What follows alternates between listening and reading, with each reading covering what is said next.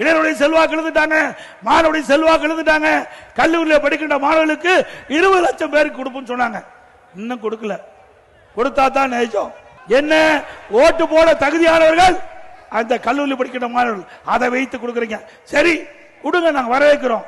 ஆனா எப்ப கொடுத்திருக்கணும்? கல்லூரி துவங்கிட்டதுக்கு போதே கொடுத்திருக்கணும்.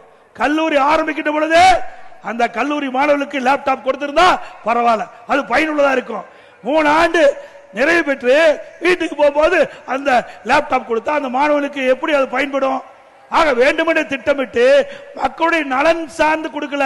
இந்த லேப்டாப் கொடுப்பதால மாணவனுக்கு அறிவுபூர்வமான கல்வி கிடைக்கும் நினைச்சு கொடுக்கல. அடுத்த ஆண்டு நடைபெறுகின்ற சட்டமன்ற பொதுத் தேர்தலில் இந்த மாணவருடைய ஓட்டு தேவை, அதற்காக கொடுத்திருக்கிறார்.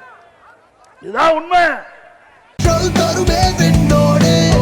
60 வருட நம்பிக்கை. Anand banians and briefs.